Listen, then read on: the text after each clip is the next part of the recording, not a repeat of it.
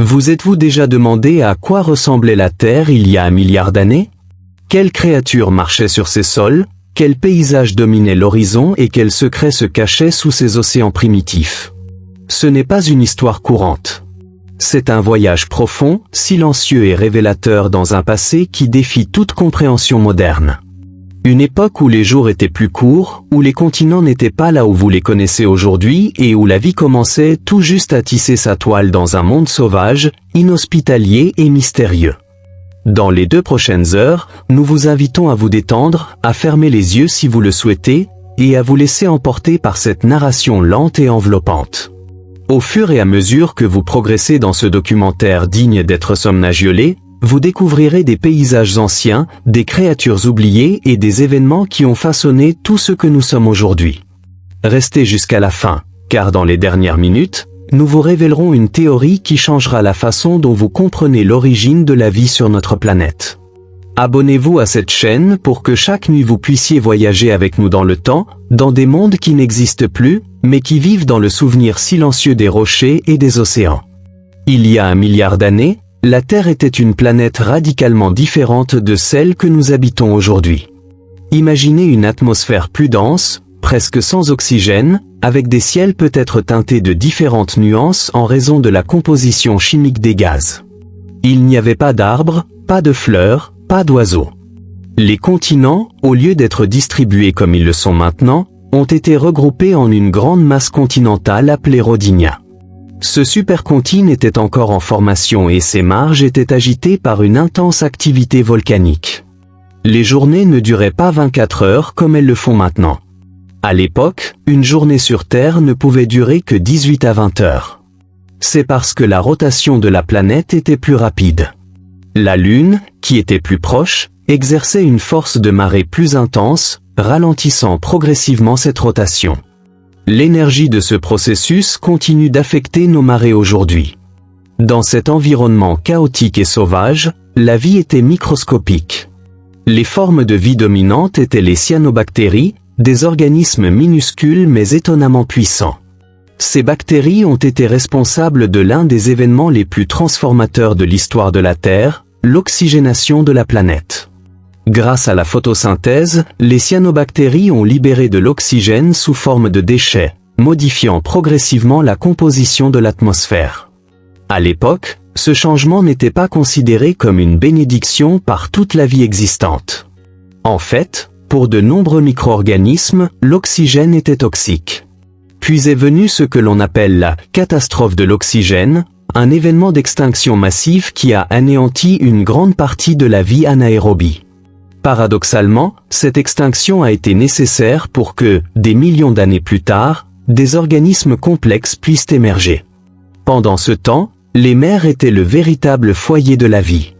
Là, dans les eaux chaudes et peu profondes, des structures connues sous le nom de stromatolithes, composées de couches de sédiments et de cyanobactéries vivantes, ont commencé à se former. À première vue, ils ressemblaient à des rochers, mais il s'agissait en fait de communautés vivantes. Aujourd'hui, nous pouvons encore trouver des stromatolithes fossiles et même vivants dans des endroits comme l'Australie et le Mexique. Le climat était également très différent. Bien qu'il s'agisse d'une planète principalement chaude, il y a eu des moments où la Terre a gelé presque complètement.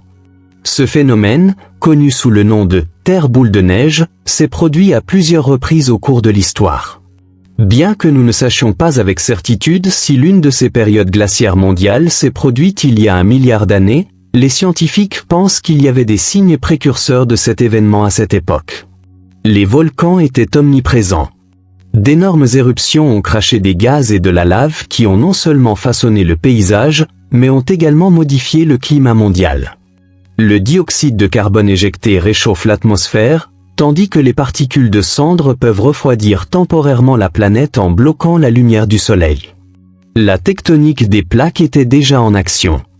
Les masses continentales se déplaçaient lentement, entrant en collision les unes avec les autres, formant des montagnes et des océans profonds. Bien que Rodinia ne durerait pas éternellement, son existence marquerait profondément la géologie et les modèles de l'évolution biologique pour les siècles à venir. Mais l'un des aspects les plus fascinants de cette période est peut-être qu'il s'agissait d'une période de transition lente mais régulière. C'était comme si la Terre répétait, préparant le terrain pour quelque chose de beaucoup plus complexe qui n'était pas encore arrivé. Les premières cellules eucaryotes, celles qui ont un noyau et qui donneraient éventuellement naissance à des animaux, des plantes et des champignons, étaient déjà apparues. Ces cellules étaient comme les premières notes d'une symphonie qui mettrait encore des centaines de millions d'années à se développer pleinement. La vie était encore invisible à l'œil humain. Mais dans leurs interactions silencieuses, les microbes transformaient la planète. Ils ont créé de l'oxygène, échangé des gènes, développé de nouvelles formes d'énergie. Dans l'obscurité des profondeurs de la mer, près des cheminées hydrothermales, d'autres organismes ont développé des stratégies uniques pour survivre sans avoir besoin de la lumière du soleil. Tout cela se passait alors que le ciel assistait à un spectacle différent de celui que nous voyons aujourd'hui. La lune, plus grande dans le ciel, dominait les nuits. Les étoiles, bien que familières, ont été vues d'un monde sans pollution lumineuse, dans une atmosphère riche en différents gaz. Que aurait-ce été de regarder le ciel depuis une plage de Rodinia?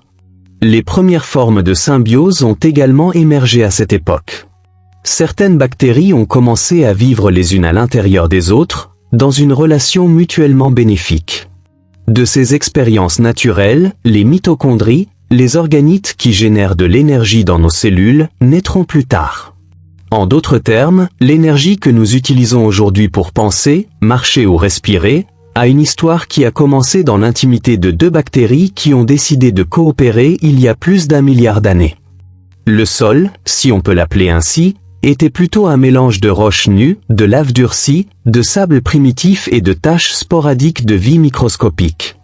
Il n'y avait ni racines, ni végétation pour retenir la terre.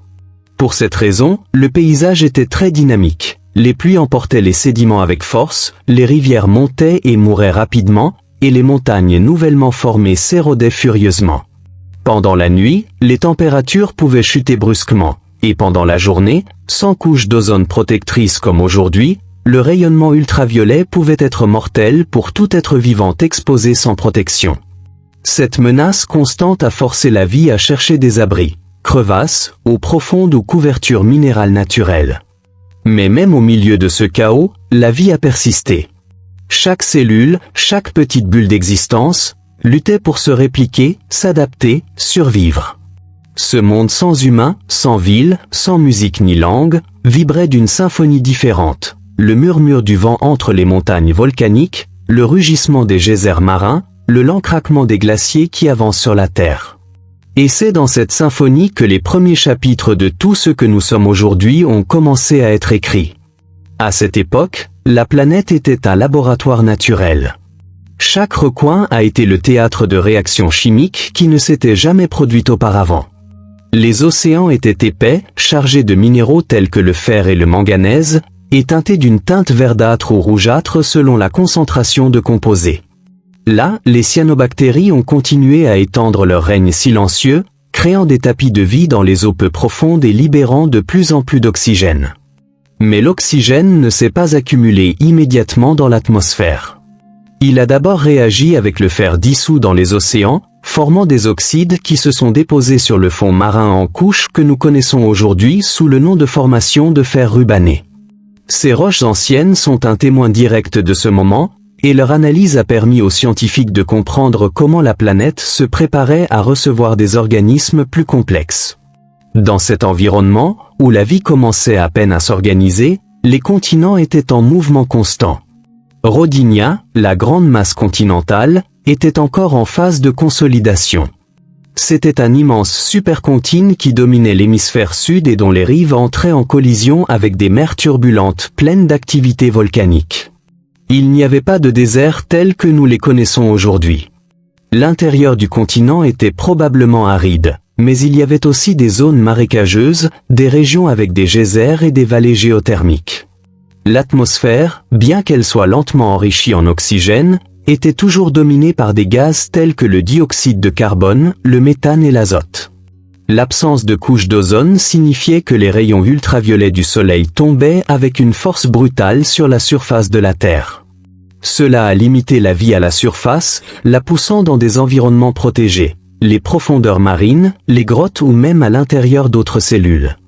Ce scénario a permis à certaines cellules de commencer à développer des mécanismes de protection et d'adaptation jamais vus auparavant.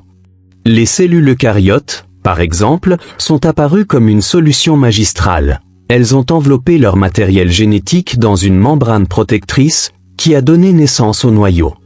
Cette simple innovation serait à la base de toute la vie multicellulaire qui suivrait. Mais il n'y a pas eu que l'évolution.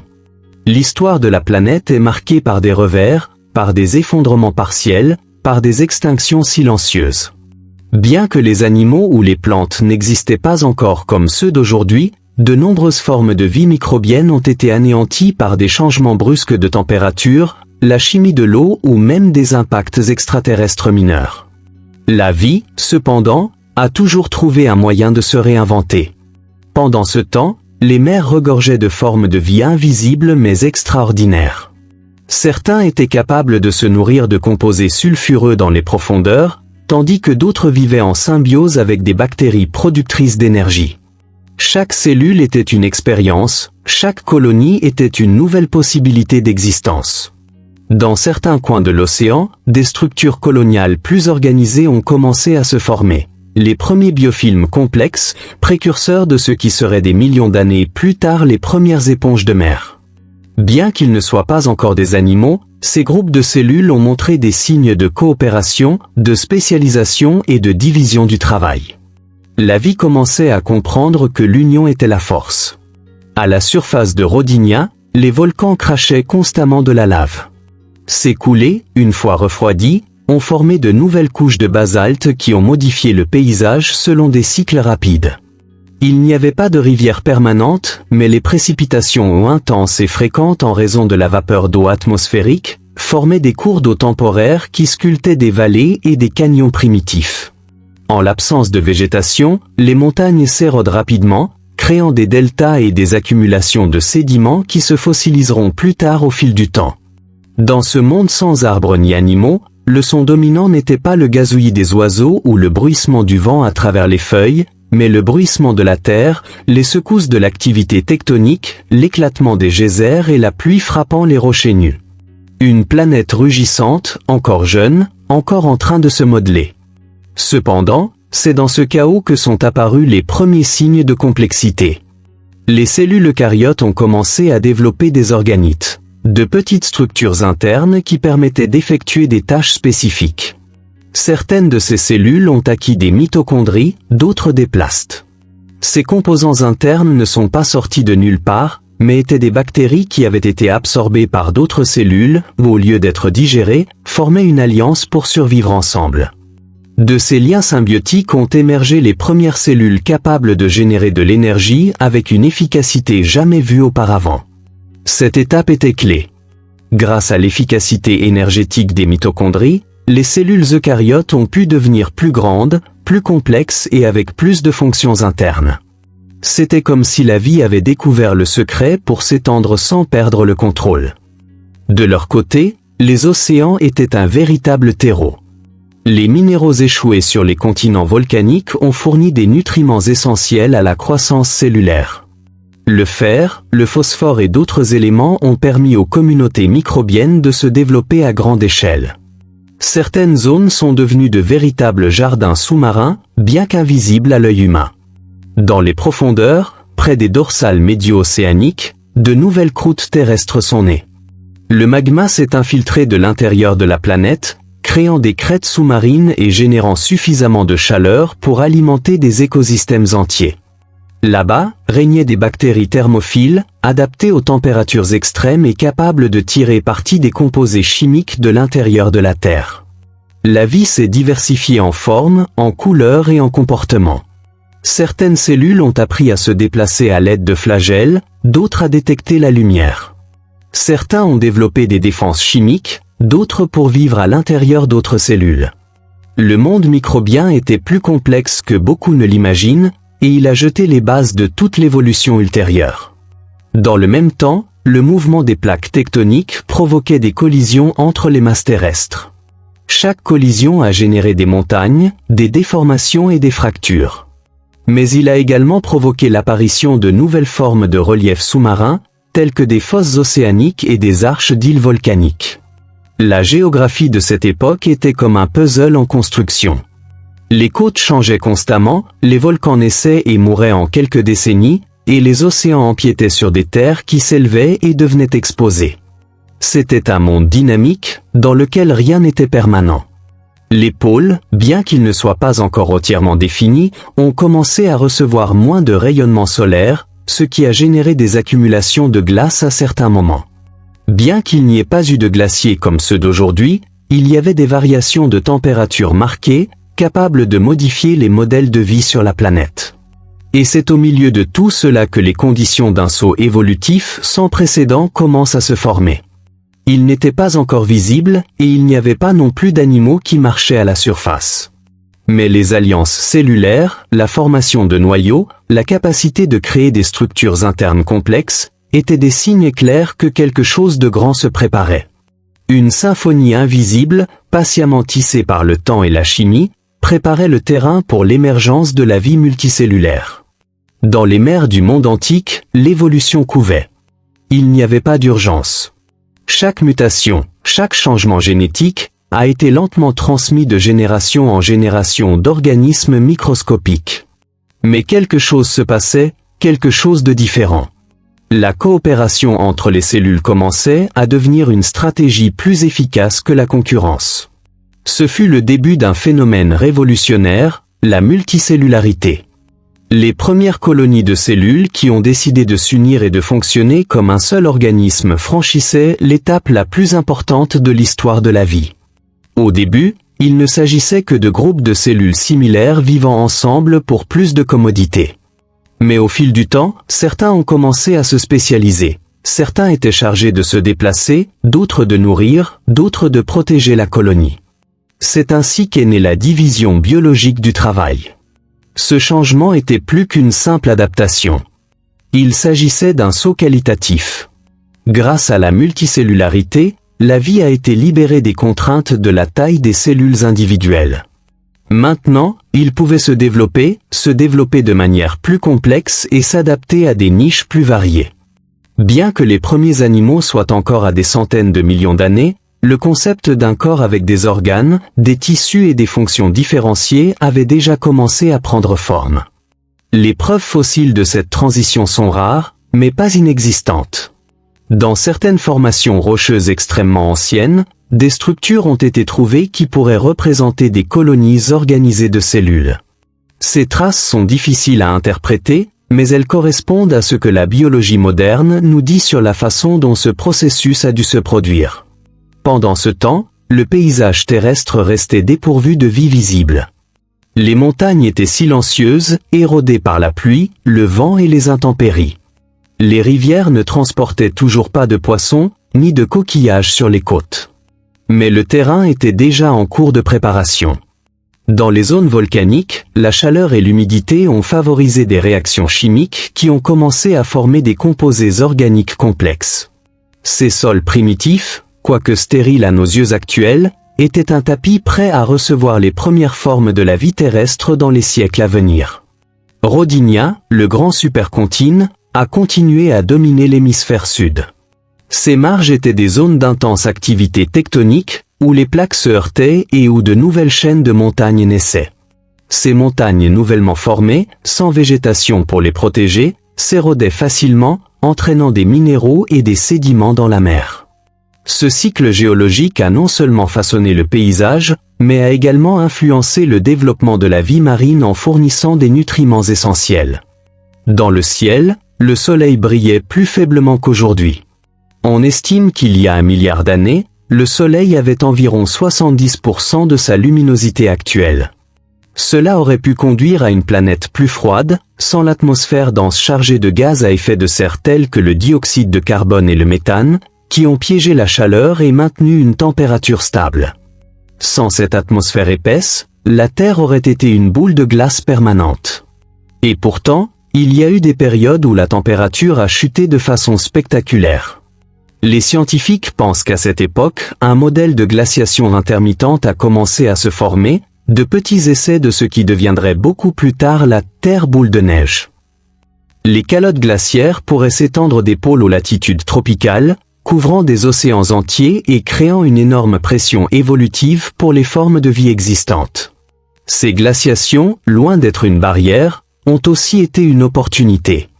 Pendant les périodes glaciaires, de nombreuses espèces ont disparu, mais celles qui ont survécu l'ont fait en s'adaptant à des conditions extrêmes. Dans les fissures de la glace, dans les profondeurs thermiques sous-marines ou dans les bulles d'eau liquide piégées sous la glace, la vie a trouvé refuge et de nouvelles formes de résistance. Au fur et à mesure que la glace fondait, ces organismes libéraient une nouvelle diversité génétique dans l'écosystème. C'est précisément dans ces moments de pression environnementale que les cellules eucaryotes ont développé certaines de leurs capacités les plus sophistiquées. Ils ont commencé à communiquer entre eux, à partager des signaux chimiques, à s'organiser plus précisément. Cela a ouvert la voie à la création de structures multicellulaires plus stables. Certaines études récentes suggèrent que les premières formes de vie multicellulaire étaient similaires à de très simples éponges. Ils n'avaient ni cerveau ni organes, mais ils montraient déjà une différenciation cellulaire. Ces organismes étaient capables de filtrer les nutriments de l'eau, de coller aux surfaces et de se reproduire plus efficacement que leurs ancêtres unicellulaires. La vie répétait la complexité. Pendant ce temps, au fond de l'océan, les cheminées hydrothermales continuaient à fonctionner comme des usines de chimie vivante. Là-bas, où la chaleur de l'intérieur de la Terre rencontre l'eau froide de l'océan, des composés riches en énergie ont été produits, essentiels pour les communautés microbiennes qui en dépendaient. Ces écosystèmes étaient aussi inconscients de la lumière du soleil que n'importe quelle grotte à la surface, et pourtant ils étaient des oasis de vie intense. Certains scientifiques pensent que c'est précisément dans ces endroits que les premiers organismes multicellulaires résistants à la chaleur, à la pression et à l'obscurité ont émergé. Dans les zones moins profondes, des algues microscopiques commençaient également à modifier la dynamique des océans. Bien qu'ils ne dominent pas encore les mers, leur présence permet de stabiliser les niveaux d'oxygène et de modifier la chimie de l'eau. Ce lent enrichissement de l'océan en oxygène a ouvert la voie à l'explosion de la vie qui allait survenir bien plus tard. La Lune, en revanche, a joué un rôle fondamental. Étant plus proche de la Terre, il a provoqué des marées beaucoup plus extrêmes. Ces marées ont créé des zones de transition entre le sec et l'humide, des endroits parfaits pour que certains organismes développent une tolérance à des environnements variés.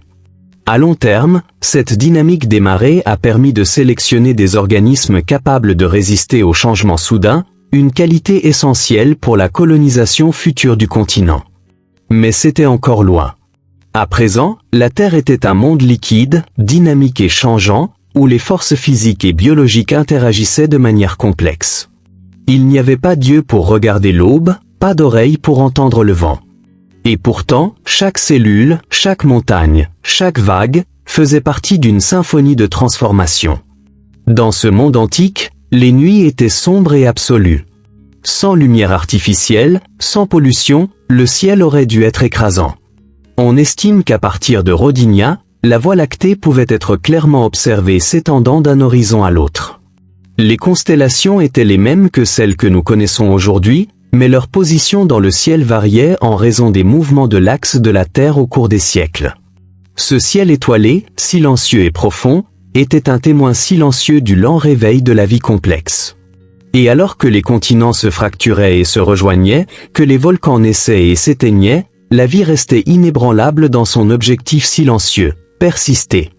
Chaque cellule qui a réussi à se diviser, chaque colonie qui a résisté à une tempête chimique, a été une victoire dans l'histoire de l'évolution. C'est le pouvoir du temps. Peu importe la lenteur de la transformation, si vous êtes autorisé à continuer. Il y a 1 milliard d'années, la Terre était un endroit hostile et brut, mais c'était aussi un melting pot. Un scénario parfait pour que l'impossible devienne inévitable. À mesure que la Terre tournait plus lentement et que la Lune s'éloignait millimètre par millimètre, les jours ont commencé à s'allonger. Ce qui était autrefois un cycle quotidien d'environ 18 heures, a commencé à s'étirer lentement vers les 24 heures que nous connaissons aujourd'hui. Ce changement, imperceptible dans une vie humaine, a eu de profondes conséquences pour la planète. Rythme biologique, cycle de reproduction, courant de marée et régime de température, tout a commencé à s'adapter à cette nouvelle danse entre le Soleil, la Terre et la Lune. Les océans sont devenus de gigantesques réservoirs de mémoire. Chaque couche de sédiments qui tombait sur le fond marin portait les traces d'un monde en constante évolution. Dans les profondeurs, des restes minéraux, des composés organiques et des fragments de structures cellulaires se sont accumulés. Ce que nous connaissons aujourd'hui sous le nom de schiste, d'ardoise et de calcaire étaient alors des archives naturelles du temps, scellées sous la pression et l'obscurité. Les côtes de Rodinia, le grand supercontinent, ont été façonnées jour après jour par la force infatigable des vagues et du vent. Bien qu'il n'y ait pas encore de plages telles que nous les imaginons aujourd'hui, il y avait des zones où l'eau se retirait périodiquement, laissant des piscines chauffées par le soleil puis évaporées, concentrant les sels et les nutriments. Certains scientifiques pensent que ces flaques d'eau intermittentes étaient essentielles à certains processus biochimiques essentiels à l'évolution de composés organiques complexes. L'oxygène, produit vedette des cyanobactéries primitives et des algues, s'est accumulé de manière irrégulière dans l'atmosphère. Ce gaz, toxique pour de nombreuses formes de vie à l'époque, reconfigurait les règles du jeu. Leur présence a permis de nouvelles voies métaboliques plus efficaces et plus stables. Cependant, il éliminait aussi silencieusement ceux qui ne pouvaient pas le tolérer. C'était une révolution invisible et lente, mais imparable. Dans certaines régions côtières, des signes de structure biologique plus avancés ont commencé à apparaître. Des tapis microbiens qui formaient des motifs complexes, capables de réagir à la lumière, au mouvement de l'eau, à la présence d'autres organismes. Ces structures n'étaient pas encore animales, mais elles présentaient une coordination croissante entre les cellules. La notion des « organismes » commençait à être définie plus clairement. C'est ainsi que, dans le silence d'un monde sans langage, la symbiose est née. Des bactéries qui se réfugiaient à l'intérieur des autres pour survivre aux radiations. Des cellules qui partageaient des ressources. Des colonies qui ont appris à agir comme une unité. Tout cela s'est produit sans esprit, sans conscience, seulement poussé par le besoin de persister. Pendant ce temps, le noyau de la Terre a continué à se refroidir, très lentement, générant un champ magnétique qui a protégé la planète du rayonnement solaire. Ce bouclier invisible a permis à l'atmosphère de ne pas s'évaporer complètement et a maintenu la stabilité thermique de la planète. Sans lui, l'oxygène n'aurait jamais eu la chance de s'accumuler. Il est probable qu'à cette époque, le champ magnétique existait déjà sous une forme rudimentaire, mais il était encore en train de se renforcer. Au fond de l'océan, des minéraux de fer, de sulfure et de silice ont donné naissance à des formations cristallines uniques. Certaines de ces structures géologiques ont servi de refuge à des communautés entières de micro-organismes. C'étaient comme des villes primitives sans architecture, mais avec organisation. Certaines bactéries se collaient aux rochers, d'autres vivaient en flottant. Des écosystèmes entiers ont été générés dans des micro-environnements si hostiles qu'ils sembleraient incompatibles avec la vie. À la surface de la Terre, les pluies acides étaient courantes. Le dioxyde de carbone mélangé à la vapeur d'eau a généré des précipitations qui ont corrodé les roches, emporté les minéraux et remodelé les paysages. Ce processus, bien que destructeur, a permis à de nouveaux éléments d'atteindre les océans, alimentant la machinerie de l'évolution. Le cycle de destruction et de création était constant, comme un battement de cœur profond qui déplaçait la planète sans s'arrêter. Les mers tropicales, en revanche, étaient des zones particulièrement actives. Là, la lumière du soleil pouvait pénétrer suffisamment loin pour permettre la photosynthèse, et la température était idéale pour que les réactions chimiques se déroulent à grande vitesse. Ces zones ont commencé à être des points de concentration biologique, de véritables incubateurs de vie complexe. C'est dans ces mers que se sont déroulées les premières expériences de formes multicellulaires organisées. Bien que les animaux avec une forme définie n'existaient pas encore, certains organismes présentaient déjà une symétrie. C'est-à-dire que leur corps, bien que rudimentaire, avait des modèles d'organisation, des côtés opposés similaires, des structures qui se répétaient. Cela sera fondamental plus tard pour l'apparition de créatures avec une tête, une queue, des axes de mouvement définis. Mais il y avait un ennemi constant, le temps géologique. De temps en temps, les plaques tectoniques provoquaient des éruptions massives qui anéantissaient des régions entières. Certaines extinctions ne sont pas le résultat de météorites ou du changement climatique, mais d'explosions volcaniques qui recouvrent le ciel de cendres pendant des années. Dans un monde où la photosynthèse était vitale, une année sans soleil pouvait être mortelle. Au milieu de ces cataclysmes, certaines régions sont restées comme des sanctuaires. Dans les zones où la mer était stable, la température n'avait pas autant fluctué et où les nutriments étaient disponibles en abondance. Là-bas, la vie s'épanouissait sans être dérangée. Ces aires protégées ont été essentielles pour la consolidation et la diversification des formes les plus résistantes. Au cours de millions d'années, certaines de ces formes multicellulaires ont développé la capacité de se reproduire sexuellement. C'était un autre grand saut évolutif. Au lieu de se copier encore et encore, ils pouvaient maintenant mélanger leur matériel génétique avec celui d'autres organismes. Cela a permis une plus grande variation, une plus grande adaptabilité et une meilleure résistance aux changements environnementaux. La sexualité, dans ce contexte, n'avait rien à voir avec le plaisir ou l'attirance, mais avec l'efficacité évolutive. Le mélange génétique offrait un avantage incontestable. Chaque nouvelle combinaison était une possibilité différente, une carte de plus dans le jeu de la survie. Ainsi, la planète continuait à tourner, son ciel se teintait de rouge à l'aube, de bleu métallique à midi et de violet profond à la tombée de la nuit. Les éléments étaient toujours en mouvement. L'hydrogène était lié à l'oxygène, le soufre était mélangé au fer et le carbone était mélangé de manière de plus en plus complexe. Chaque molécule racontait une histoire d'essais et d'erreurs, de cycles qui se répétaient et de structures qui se dissolvaient pour faire place à des structures plus fortes. Et tandis que le monde physique continuait sa danse du feu et de l'eau, la vie a fait un autre pas vers ce que nous sommes aujourd'hui. Il n'y avait pas encore Dieu, mais certaines cellules pouvaient déjà détecter les changements de lumière.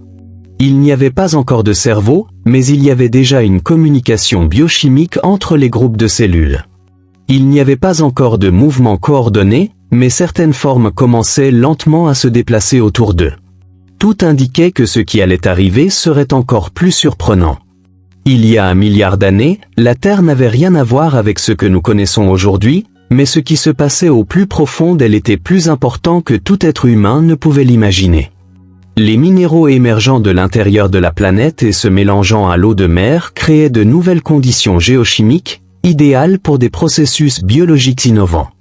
C'était comme si la planète entière était un chaudron dans lequel, à chaque tour, de nouveaux ingrédients pour l'évolution étaient cuits. Rodinia, le supercontinent dominant, a commencé à se fracturer lentement. Ce processus a pris des dizaines de millions d'années, mais il était fondamental. Lorsqu'un supercontinent se brise, de nouveaux océans s'ouvrent, de nouveaux littoraux sont créés et l'équilibre climatique de la planète change complètement. Ces nouvelles frontières côtières deviennent des zones riches en nutriments, où la vie prospère souvent. Ainsi, le démembrement de Rodinia serait une aubaine pour de futures formes de vie plus complexes. Les mouvements tectoniques n'ont pas seulement brisé la Terre. Ils ont également donné naissance à des arcs insulaires, à de nouveaux monts sous-marins et à des régions volcaniques actives. Chaque nouveau relief modifiait les courants océaniques, la température de l'eau et la disponibilité des minéraux. Il s'agissait d'un effet domino mondial, où un mont sous-marin naissant pouvait complètement transformer un écosystème lointain. Tout était lié. Et au milieu de ce réseau invisible de relations, les premières communautés multicellulaires ont commencé à prendre des décisions. Bien qu'ils n'aient pas pensé ou ressenti, ils ont développé des comportements collectifs. Certains ont réagi en groupe à des stimuli environnementaux, tels que la lumière ou la présence de nutriments. D'autres commençaient à montrer des modèles de croissance qui suggéraient une organisation interne. C'était comme si la vie elle-même cherchait une nouvelle façon d'exister. La symétrie bilatérale, qui définira plus tard la plupart des animaux, n'existait pas encore, mais certains organismes présentaient déjà des structures radiales.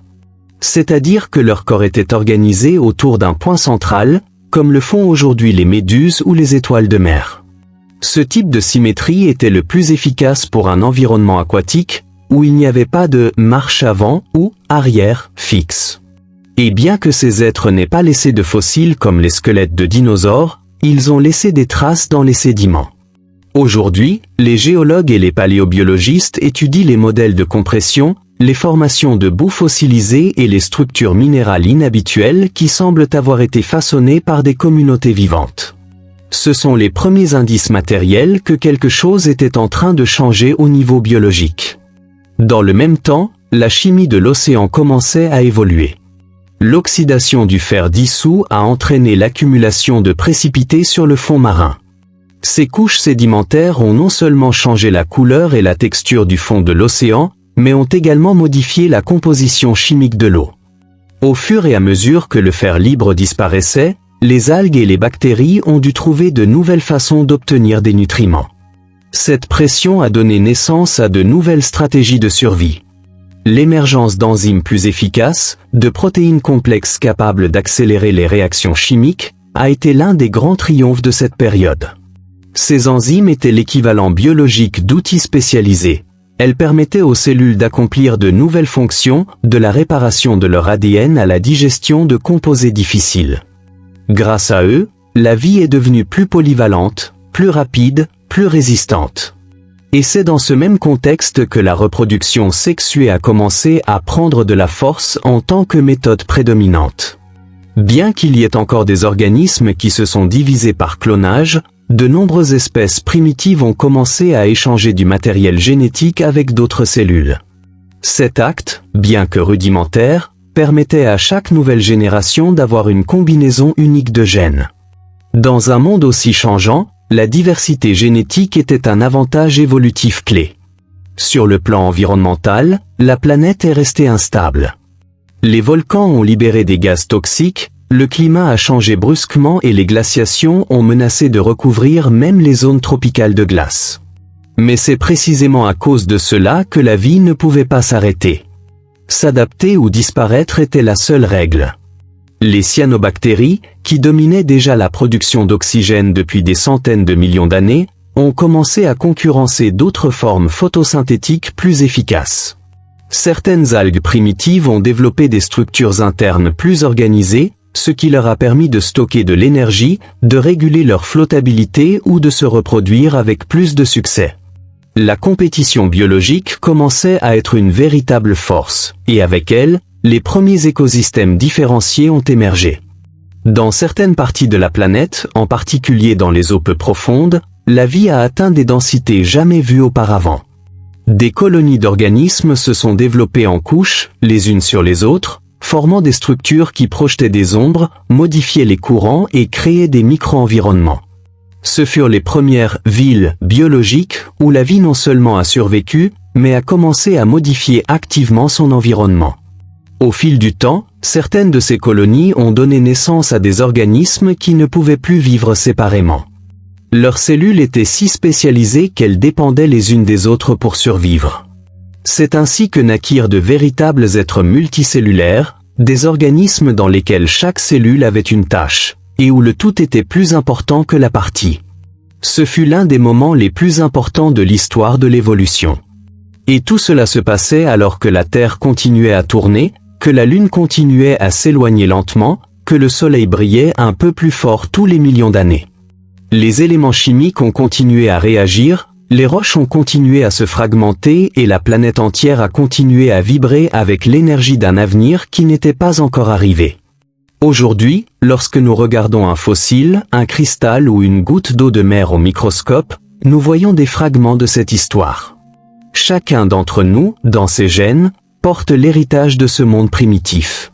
Notre corps, nos cellules, nos fonctions biologiques les plus fondamentales, ont été écrits à cette époque. Parce que tout ce que nous sommes a commencé là-bas, dans le silence profond des mers anciennes. Dans l'obscurité d'une terre jeune. Dans les millions de décisions aveugles que des êtres invisibles ont prises pour survivre. Et tout, absolument tout, n'était que le début. Entre 800 et 700 millions d'années avenue Jésus-Christ, ce qui a commencé comme une lente collaboration entre les cellules a cédé la place à de véritables révolutions biologiques. Les organismes multicellulaires n'étaient plus seulement des associations de cellules égales, mais des assemblages complexes où chaque cellule avait une fonction et un lieu. Certains se sont spécialisés dans le transport de nutriments, d'autres dans la reproduction, d'autres encore dans la création d'une structure de support. La nature essayait, encore et encore, différentes façons de vivre en groupe.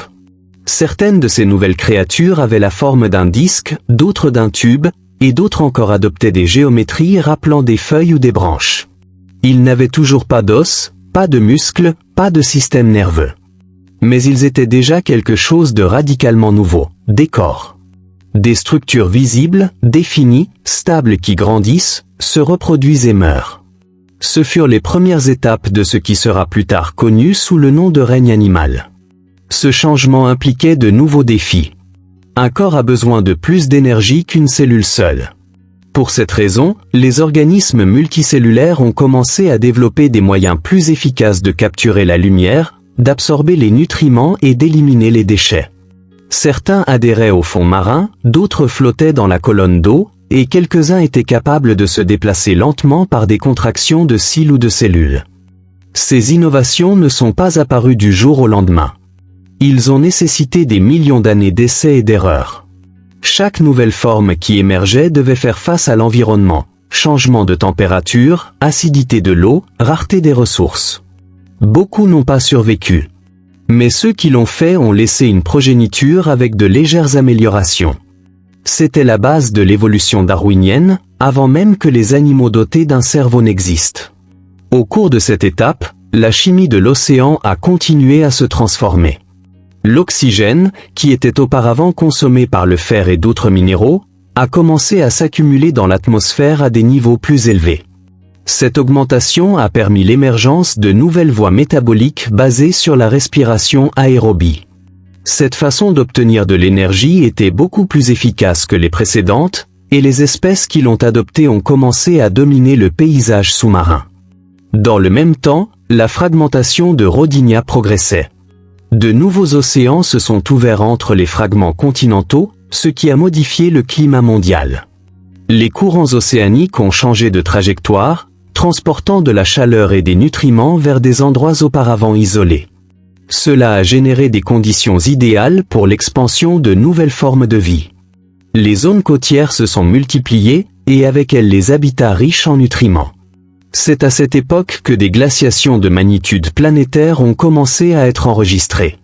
La Terre est entrée dans l'une des périodes les plus froides de son histoire. Certaines théories suggèrent que la planète entière s'est figée des pôles à l'équateur. Si tel était le cas, les océans étaient recouverts d'une épaisse couche de glace, qui ne fondait qu'aux points volcaniques ou géothermiques. Cette « terre boule de neige » a testé la résilience de la vie. De nombreuses espèces ont disparu, mais d'autres ont trouvé un moyen de survivre sous la glace. Dans des bulles d'eau liquide piégées sur le fond marin, près des cheminées hydrothermales, ou dans des poches chaudes isolées du froid extérieur. C'est dans ces conditions extrêmes que la vie s'est tempérée, que ces mécanismes sont devenus plus robustes, plus souples, mieux préparés aux changements brusques. Et quand la glace a commencé à fondre, il y a environ 650 millions d'années, le monde a de nouveau changé. L'eau douce des glaciers s'est mélangée aux océans salés, modifiant la densité de l'eau et affectant les courants. Les nutriments piégés pendant des millénaires ont été libérés d'un seul coup, provoquant un épanouissement biologique sans précédent. Les algues, les bactéries et les organismes multicellulaires ont profité de cette abondance pour se multiplier à grande échelle. Cette floraison a ouvert la voie à ce qui allait arriver, la grande explosion de vie connue sous le nom d'explosion cambrienne. Bien que ce stade soit encore dans des centaines de millions d'années, bon nombre des structures biologiques qui rendraient ce phénomène possible étaient en gestation à cette époque. Les corps multicellulaires ont commencé à expérimenter la symétrie bilatérale. Cela signifie que, pour la première fois, certains organismes avaient une face, une arrière, une partie supérieure et une partie inférieure. Cette structure a permis une meilleure orientation, des mouvements plus dirigés et le développement futur de systèmes nerveux plus sophistiqués. C'est le début d'une course à la complexité. Les premières formes de digestion interne sont également apparues. Jusqu'à ce moment-là, de nombreux organismes absorbaient simplement les nutriments de l'eau ou les piégeaient à sa surface. Mais maintenant, certains ont développé des cavités internes où ils pourraient casser des particules plus grosses. Cela impliquait une révolution métabolique, Ils pouvaient faire un meilleur usage des ressources, cultiver plus et se déplacer davantage. En parallèle, certains organismes ont développé des couches protectrices dans leur corps. Bien qu'elles ne soient pas encore des squelettes comme ceux des vertébrés, ces structures faites de silice, de carbonate de calcium ou de protéines durcies, servaient de défense contre l'environnement. La vie n'était plus seulement douce. Le blindage commençait à être construit. Les écosystèmes marins sont devenus plus dynamiques. Ils n'étaient plus seulement des réseaux d'organismes statiques. Certains ont commencé à bouger, à interagir, voire à se disputer l'espace et les ressources. Cette concurrence a favorisé la diversification. Chaque nouveau comportement, chaque nouvelle stratégie, était une opportunité évolutive. Pendant ce temps, dans l'atmosphère, l'oxygène a atteint un niveau critique. Pour la première fois, la couche d'ozone a commencé à se former dans les couches supérieures du ciel. Cela a permis que, petit à petit, certaines formes de vie pouvaient s'approcher de la surface sans être détruites par les rayons ultraviolets. La Terre se préparait à un avenir avec de la vie en dehors de l'eau. La Lune, encore plus proche qu'aujourd'hui, tirait toujours les océans avec force. Les marées étaient plus violentes, plus fréquentes. Et dans ces cycles de flux et de reflux, des micro-environnements ont été créés où la vie a appris à tolérer le changement constant. Sans le savoir, la planète entraînait la vie pour ce qui allait suivre, la conquête du continent. Mais il était encore temps pour cela. À cette époque, le fond marin était le centre de l'évolution. Là, parmi les sables, les sédiments, les roches et les couches de limon, les organismes les plus courageux ont continué à explorer de nouvelles façons d'exister. Certaines colonies commençaient à former des canaux internes pour distribuer les nutriments. D'autres ont développé des structures d'ancrage. L'architecture biologique faisait ses premiers pas. Tout ce que nous sommes, nos os, notre sang, notre peau, a commencé à prendre forme en cette époque silencieuse, où il n'y avait pas d'histoire écrite, pas de ville, pas de témoins. Seulement la mer, le temps et la persistance de la vie. Dans ce passé lointain, où le silence de l'océan était absolu et où la surface de la Terre ne connaissait encore ni arbres ni animaux, la vie travaillait sans relâche. Non pas de leur propre gré, mais parce que les lois de la biologie poussaient chaque être, chaque cellule, à chercher des modes de vie plus efficaces. La concurrence n'était pas encore aussi violente qu'elle le serait des millions d'années plus tard, mais elle existait déjà. Chaque espace riche en nutriments est devenu un microstade où certaines formes ont prospéré et d'autres ont disparu. Les formes multicellulaires les plus réussies ont commencé à s'organiser intérieurement en couches. Cette organisation de base, externe à protéger, intermédiaire à soutenir, interne à digérer, est le précurseur de ce que nous appelons aujourd'hui les tissus. Ce n'étaient pas des organes, mais c'étaient les premiers pas vers une différenciation fonctionnelle qui permettrait plus tard l'existence des cœurs, des poumons, des estomacs et des cerveaux.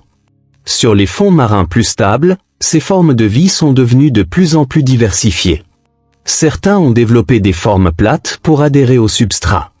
D'autres étaient allongés comme des tubes pour filtrer l'eau. Des formes globulaires, spirales, en forme d'éventail ou ramifiées ont également émergé. L'évolution n'a pas eu un seul chemin. Chaque conception était une possibilité, un pari pour survivre. Dans certains cas, des structures capables de se contracter ont émergé lentement, permettant à certains organismes de changer de position. Cette démarche rudimentaire était une révolution. Ils n'étaient plus condamnés à attendre que la nourriture passe. Maintenant, ils pouvaient se déplacer, même si ce n'était que de quelques centimètres, pour trouver de meilleures conditions. Ce simple changement a tout transformé. Le mouvement permettait l'exploration. Et l'exploration a apporté de la diversité.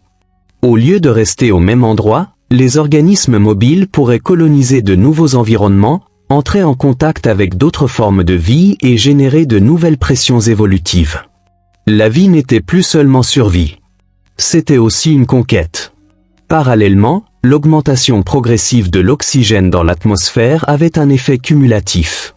Non seulement il a permis une respiration aérobie plus efficace, mais il a également réagi avec des composés tels que le méthane, réduisant ainsi l'effet de serre. Cela a provoqué des fluctuations climatiques qui ont forcé la vie à s'adapter encore et encore. Chaque changement de température, de salinité de la mer ou de chimie de l'eau éliminait des espèces et donnait l'opportunité à d'autres. Dans certains sédiments marins, des structures biologiques qui ressemblent à des empreintes de pas ont commencé à être enregistrées. Il s'agit de marques très simples, telles que de petites rides ou des sillons, qui indiquent que certains organismes se déplaçaient déjà sur le fond de l'océan.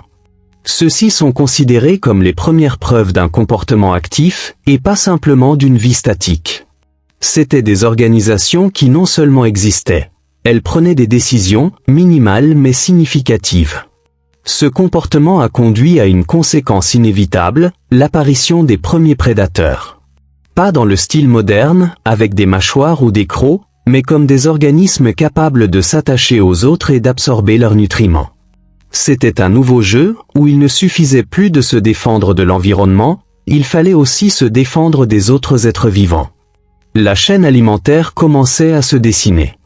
Les défenses ont évolué en réponse. Certains organismes ont développé des parois cellulaires plus épaisses, d'autres des formes de camouflage. Certains ont commencé à libérer des composés toxiques. Cette guerre silencieuse, microscopique et lente a entraîné une diversification accélérée. En quelques millions d'années, le nombre de formes de vie s'est multiplié. Nous étions encore loin de la biodiversité moderne, mais il y avait déjà plus de variétés que jamais auparavant dans l'histoire. Et au milieu de cette explosion discrète, la Terre a continué à tourner. La Lune continuait son retrait. Les jours s'étiraient imperceptiblement. Les saisons, déterminées par l'inclinaison de l'axe de la Terre, ont commencé à être plus marquées. Cela a créé des cycles environnementaux prévisibles qui ont également influencé les rythmes de la vie. Reproduction saisonnière, migration minimale, hibernation primitive. Sur les marges des continents, dans les zones où l'eau montait et descendait au gré des marées, certains organismes ont commencé à résister à la dessiccation temporaire. Il s'agissait de structures simples, mais capables de se protéger pendant des heures hors de l'eau. À leur insu, ils effectuaient une répétition pour ce qui, des centaines de millions d'années plus tard, serait la colonisation du sol sec. Les symbioses ont également continué à progresser. Certains organismes ne pouvaient plus vivre sans d'autres. Des bactéries qui vivaient à l'intérieur des cellules, des algues qui se fixaient à des structures plus grandes pour obtenir de la hauteur et de la lumière, des micro-organismes qui partageaient des ressources au sein d'un film gélatineux. La coopération était aussi puissante que la concurrence. À cette époque, ce que nous appellerions aujourd'hui la conscience n'existait pas encore. Mais les bases biologiques étaient déjà posées pour l'émergence de réseaux de communication entre les cellules. Les signaux chimiques, les impulsions électriques rudimentaires et les récepteurs sensibles à l'environnement ont commencé à proliférer. Ce furent les premiers babillages de ce que des millions d'années plus tard serait un système nerveux. Et au fur et à mesure que ces rôles progressaient, la spécialisation progressait également. Au lieu d'être tous identiques, les organismes multicellulaires ont commencé à générer des cellules différentes pour chaque fonction. Cellules sensorielles, cellules de soutien, cellules reproductrices. Chacun avec sa forme, sa taille et sa mission. Le corps commençait à devenir un système. Certains organismes ont commencé à former des squelettes internes ou externes rudimentaires. Ces structures, fabriquées à partir de minéraux extraits de l'eau, offraient protection et soutien. Ce n'étaient pas des os tels que nous les connaissons, mais ils ont servi de base à de futures innovations anatomiques. La vie n'était plus seulement douce, fragile ou flexible. Il a commencé à se durcir, à définir des limites, à construire des forteresses. Et tout cela se passait sous l'eau, en silence, sans témoin. Seules les pierres, les sédiments et les cristaux gardaient la mémoire de ce qui se passait. Pendant ce temps, les volcans continuaient à cracher des gaz dans le ciel. Les plaques tectoniques ont continué à bouger. Les continents s'éloignaient et se heurtaient. Les montagnes montaient et descendaient. La mer montait et descendait. La Terre ne s'est pas reposée. C'était un organisme vivant, en constante évolution, avec ses propres pulsations, cycles et cataclysmes. L'histoire de cette période n'est pas écrite à l'encre, mais avec des fossiles microscopiques, avec des motifs dans l'ADN, avec des formations rocheuses que seuls les géologues savent lire. Et pourtant, c'est une histoire qui nous appartient à tous. Parce que tout ce qui viendrait après, Poissons, reptiles, mammifères, humains ou n'aurait pas été possible sans cette étape d'essai, d'erreur et de persévérance. Chaque cellule qui a décidé de se spécialiser, chaque organisme qui a appris à bouger, chaque structure qui a émergé de rien, était une ligne écrite dans le grand livre de la vie. Un livre qui, bien qu'invisible, est encore lu aujourd'hui par ceux qui étudient les profondeurs de la mer, les âges de la Terre et les origines de la conscience. Alors que les organismes multicellulaires continuaient à se diversifier dans leur forme et leur fonction, l'océan est devenu une véritable mosaïque biologique. Ce n'était plus une simple soupe de micro-organismes. Des zones de compétition ont commencé à se former, des régions dominées par une seule espèce, des zones ombragées où d'autres ont survécu dans des conditions extrêmes. C'était la naissance primitive des écosystèmes. Les fonds marins les plus riches en nutriments sont devenus des zones de forte activité biologique. Là, des tapis microbiens, des algues primitives et des filtreurs partageaient l'espace. Autour d'eux, d'autres organismes ont commencé à s'adapter en tant que charognards, consommateurs secondaires ou symbiotes. L'équilibre entre ces groupes n'était pas stable, mais chacun occupait un rôle émerge dans le réseau écologique. L'énergie, jusque-là presque exclusivement concentrée sur la lumière du soleil et la chimie hydrothermale, a commencé à circuler de manière plus structurée.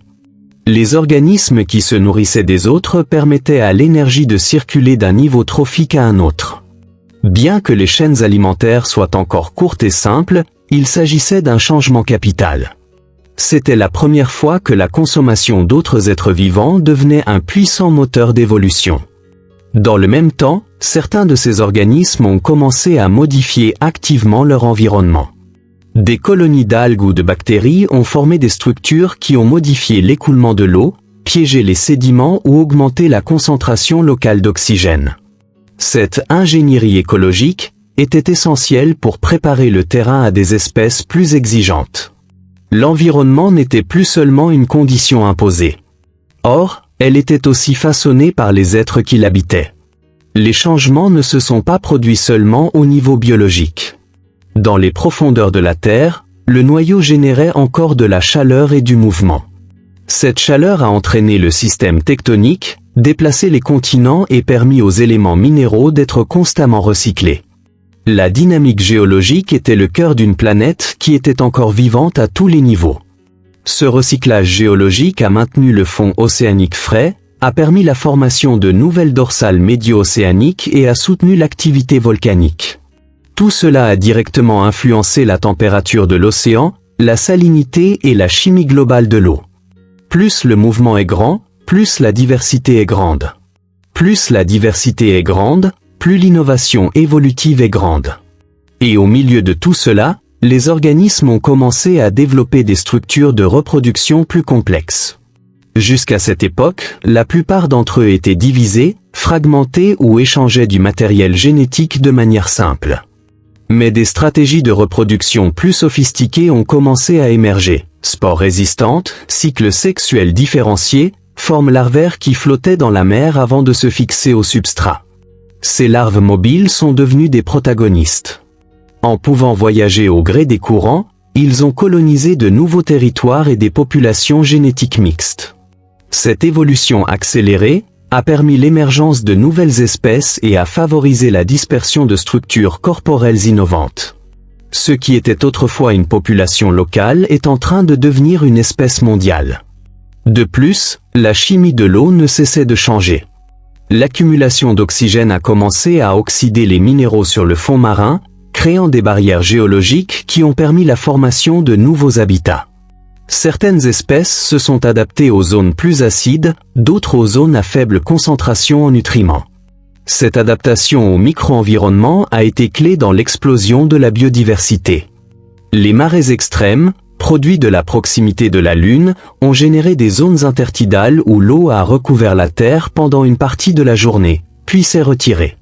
Dans ces environnements difficiles, certains organismes ont développé des structures capables de retenir l'eau, de se protéger de la chaleur et de supporter le poids de leur propre corps hors de l'eau. Bien que primitifs, ils ont été les pionniers d'un changement monumental, le passage de la vie de la mer à la terre. Et pendant que ces expériences se déroulaient sur les bords de l'océan, Sur le fond marin, d'autres espèces développaient des stratégies pour s'enfouir, creuser des tunnels ou s'enterrer.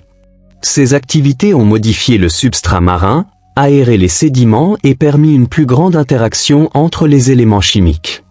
La bioturbation, c'est-à-dire le mélange du sol par action biologique, est devenue une force géologique à part entière.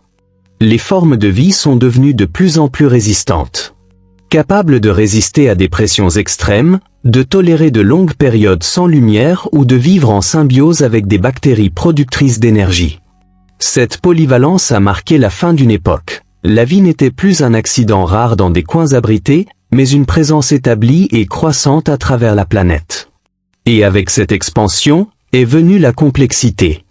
Certaines espèces ont développé des squelettes plus durs, d'autres des systèmes de pompage de fluides, des canaux pour le transport interne des nutriments et des signaux. Tout pointait vers un but invisible, l'apparition des systèmes organiques. Bien qu'il n'existe pas encore de système nerveux central, de nombreuses espèces possèdent déjà des réseaux de cellules sensorielles reliés par des impulsions chimiques. Le corps est devenu un tout coordonné. L'atmosphère, quant à elle, a atteint un seuil crucial. Grâce à l'oxygène libéré pendant des centaines de millions d'années par les bactéries et les algues, la couche d'ozone est devenue suffisamment dense pour bloquer une grande partie du rayonnement ultraviolet.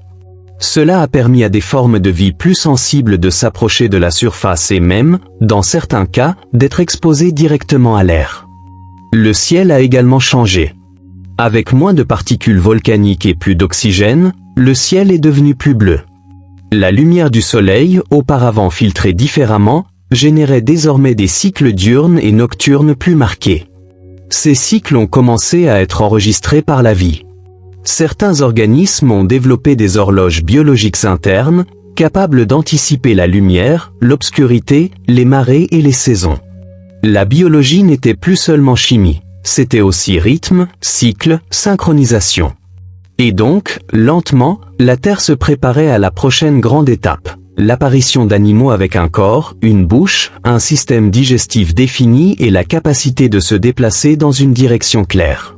Des êtres capables d'explorer, de réagir, de rivaliser et d'évoluer à une vitesse jamais vue auparavant. Quelques millions d'années plus tard, cette transformation se produirait. Mais tout a commencé ici, dans ce monde invisible et profond, où la vie a appris à s'organiser, à se reproduire dans la diversité, à se mouvoir, à se protéger, à construire un corps. Tout ce que nous sommes a été possible grâce à cet ancien silence. À ces ténèbres fertiles. À ce passé où il n'y avait pas de témoins. Mais il a un but. Environ 580 millions d'années avant notre ère, la Terre n'était plus la planète chaotique et hostile qu'elle était autrefois.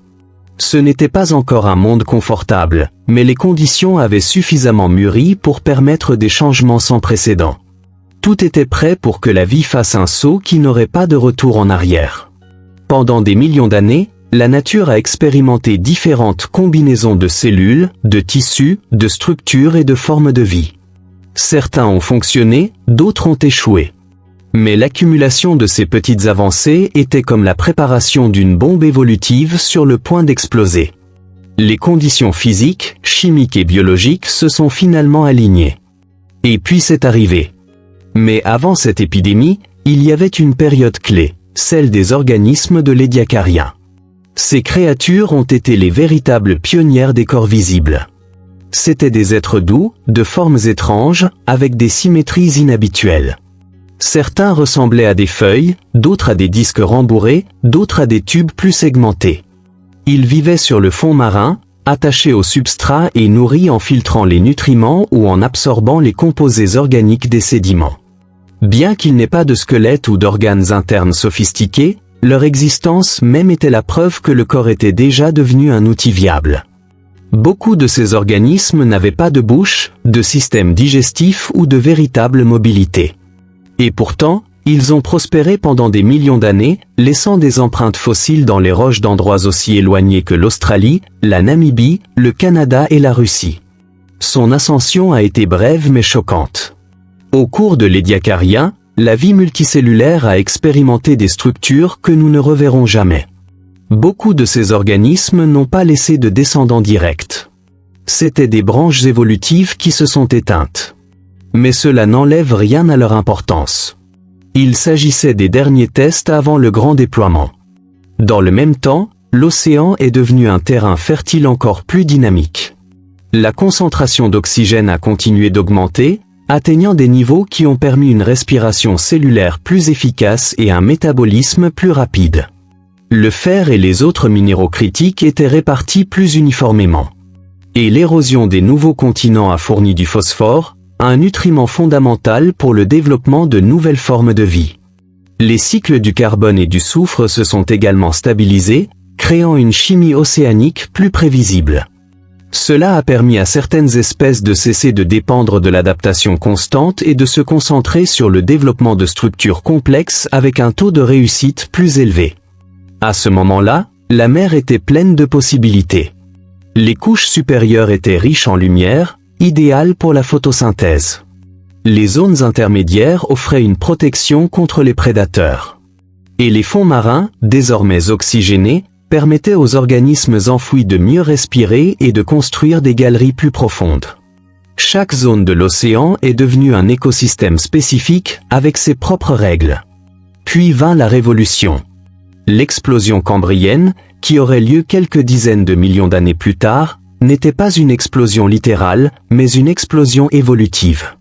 Dans un laps de temps relativement court, environ 20 ou 30 millions d'années, où presque tous les grands plans corporels que nous connaissons aujourd'hui sont apparus. Des animaux segmentés aux créatures avec des squelettes externes, des yeux, des mâchoires et des pattes rudimentaires. C'était comme si, soudain, la vie avait été autorisée à s'exprimer en toute liberté. Mais cette liberté n'est pas sortie de nulle part. C'était le résultat de millions d'années de préparation, de conditions environnementales qui se sont finalement équilibrées, d'une pression évolutive constante et de mutations silencieusement accumulées. L'une des principales raisons de cette explosion était l'émergence d'une prédation active. Jusque-là, la plupart des organismes absorbaient simplement les nutriments ou filtraient les particules. Mais les premiers animaux à partie dure ont commencé à chasser. Ce nouveau mode de vie a forcé la proie à développer des défenses. C'est ainsi qu'a eu lieu une course aux armements qui a déclenché l'évolution. Certains organismes ont développé des coquilles. Autres épines. Certains ont appris à creuser plus profondément. D'autres pour nager plus vite. Certains généraient des toxines, d'autres se camouflaient. Chaque nouvelle méthode d'attaque ou de défense suscitait une réponse évolutive. En l'espace de millions d'années, la diversité a explosé comme jamais auparavant. Les yeux, par exemple, sont apparus pendant cette période. Non pas comme les nôtres, complexes et sensibles, mais comme des structures capables de détecter la lumière et l'ombre. Cela a tout changé. Pour la première fois, les êtres vivants pouvaient anticiper le mouvement des autres. La cécité n'est plus une maladie universelle. Et avec la vision, est venue la stratégie, la direction, le comportement complexe. La locomotion a également évolué rapidement. Les animaux qui auparavant ne flottaient que passivement ont commencé à nager dans une direction claire. Certains l'ont fait par les nageoires, d'autres par des ondes musculaires, d'autres avec des appendices segmentés. La mobilité est devenue un énorme avantage. Les téléphones portables chassaient. Les plus lents se cachaient. L'équilibre de l'écosystème est devenu dynamique. Et tout cela s'est passé sous l'eau. La surface des continents était encore inhospitalière, sans végétation, sans sol fertile, sans animaux. Mais cela était sur le point de changer aussi. Les spores de certains organismes ont commencé à s'adapter à l'air. Certaines algues essayaient déjà des moyens rudimentaires de coloniser la roche humide. Le saut de la vie marine à la vie terrestre n'en était qu'à ses débuts. La planète, pendant ce temps, continuait son activité géologique. Les continents se séparaient et se rapprochaient à nouveau. Les montagnes s'élevaient et s'érodaient. Les océans s'élargissaient. Chacun de ces changements a libéré des nutriments, modifié des climats et généré de nouvelles barrières géographiques. Et tout cela a entraîné plus d'évolution. Parce que le secret de la vie n'est pas seulement dans l'ADN. C'est dans l'environnement qui l'interpelle. En constante évolution. Dans la tension entre la stabilité et le chaos. Un équilibre parfait ne stimule pas l'innovation. Mais le changement oui. Et la Terre, pendant tous ces millions d'années, n'a jamais cessé de changer. La vie a su en tirer parti. Après l'explosion cambrienne, la vie n'a plus jamais été la même. La planète grouillait maintenant de créatures qui nageaient, rampaient, filtraient, chassaient et s'échappaient. Pour la première fois, il y avait des organismes avec des bouches, avec des tubes digestifs complets, avec des appendices articulés, avec des yeux composés, avec des systèmes de défense actifs. Il n'y avait pas seulement de la vie en termes de cellules, mais aussi de corps conçus pour interagir avec l'environnement de manière sophistiquée. L'un des groupes les plus prospères de cette période était celui des arthropodes. Des créatures avec des exosquelettes segmentés, plusieurs pattes, une vision développée et une incroyable capacité d'adaptation. Des mers peu profondes au fond sombre, les arthropodes sont devenus les maîtres du nouvel écosystème. Les trilobites, par exemple, ont dominé les océans pendant des centaines de millions d'années, laissant des fossiles sur tous les continents. Avec eux, d'autres groupes tout aussi surprenants ont émergé. Les mollusques, les coquilles de plus en plus complexes et les systèmes nerveux primitifs. Les échinodermes, ancêtres des étoiles de mer, les chordés primitifs, avec une structure appelée notochorde qui servira plus tard de colonne vertébrale. Et les premiers animaux avec une véritable symétrie bilatérale, avec un avant et un dos bien définis. La compétition entre les espèces a poussé l'évolution à un rythme sans précédent. Il ne s'agissait plus seulement de survivre, mais de faire mieux que les autres. Manger avant l'autre. Reproduisez plus rapidement. Évitez d'être mangé. Ces pressions ont généré ce que nous appellerions aujourd'hui l'intelligence adaptative. Certains organismes ont développé des comportements de vol, d'autres se camouflent, d'autres encore des stratégies de groupe. La sélection naturelle est devenue implacable. Chaque génération a éliminé les erreurs. Et les succès, même minimes, se sont accumulés. En l'espace de dizaines de millions d'années, la biodiversité a atteint des niveaux qu'aucune autre période géologique n'avait connus. C'était une course accélérée vers la complexité. Au fil du temps, les systèmes corporels sont devenus plus intégrés. Le système nerveux a cessé d'être un simple réseau de communication pour devenir un axe de contrôle. Les organes ont commencé à se spécialiser. Les cœurs à pomper, les intestins à absorber, les branchies à échanger les gaz. La physiologie, qui pendant des millions d'années était une improvisation cellulaire, est devenue une symphonie parfaitement orchestrée. Et parmi toutes ces innovations, l'une d'entre elles s'est démarquée par son potentiel de transformation. La symétrie bilatérale avec une extrémité antérieure qui concentrait les récepteurs sensoriels. C'est-à-dire la naissance de la tête. Les animaux à tête, ou céphalisés, pouvaient détecter plus précisément l'environnement, se déplacer dans des directions claires, planifier des réponses anticipées. C'était un avantage évolutif colossal. Le cerveau, encore primitif, a commencé à prendre des décisions. En parallèle, beaucoup de ces organismes ont développé des cycles de reproduction plus complexes. Fécondation interne, développement larvaire protégé, investissement énergétique dans une progéniture viable. Tout cela ne visait qu'une seule chose, garantir la continuité de l'espèce dans un environnement de plus en plus compétitif. Les océans, quant à eux, ont continué à changer.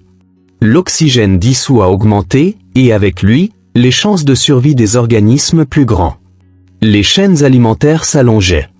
Les écosystèmes sont devenus plus stables.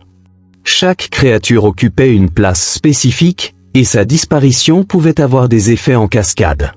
Mais sur les marges côtières, quelque chose d'encore plus extraordinaire commençait à prendre forme. Certaines formes de vie, qui jusque-là ne vivaient que dans l'eau, ont commencé à explorer les environnements boueux du continent.